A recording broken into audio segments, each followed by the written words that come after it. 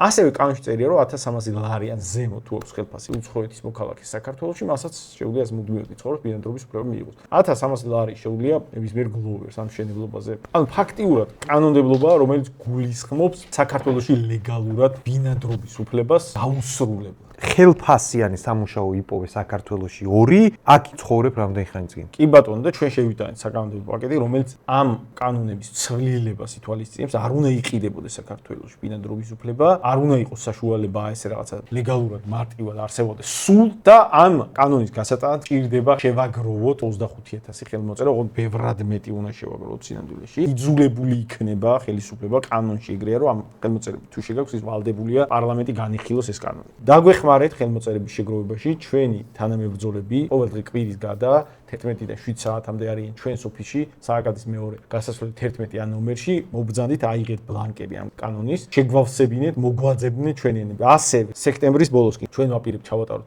აქცია. აქციის ფორმა იქნება აი ამ ხელმოწერებს პარლამენტთან მივალთ და ათობით ათას ადამიანთან ერთად შევიტანთ იმისთვის, რომ დემონსტრაცია მოვახდინოთ. მოიძიეთ თქვენს გარშემო ხალხი, ვინც წამოვა აქციებზე, მოინიშნეთ ეს ადამიანები და დაგვჭირდება სექტემბრის ბოლოს რომ ამ ადამიანებს დაურეკოთ და დაგვეხმაროთ ამ ადამიანების პარლამენტთან მოყვანაში. კონსერვატორების საქართველოსთვის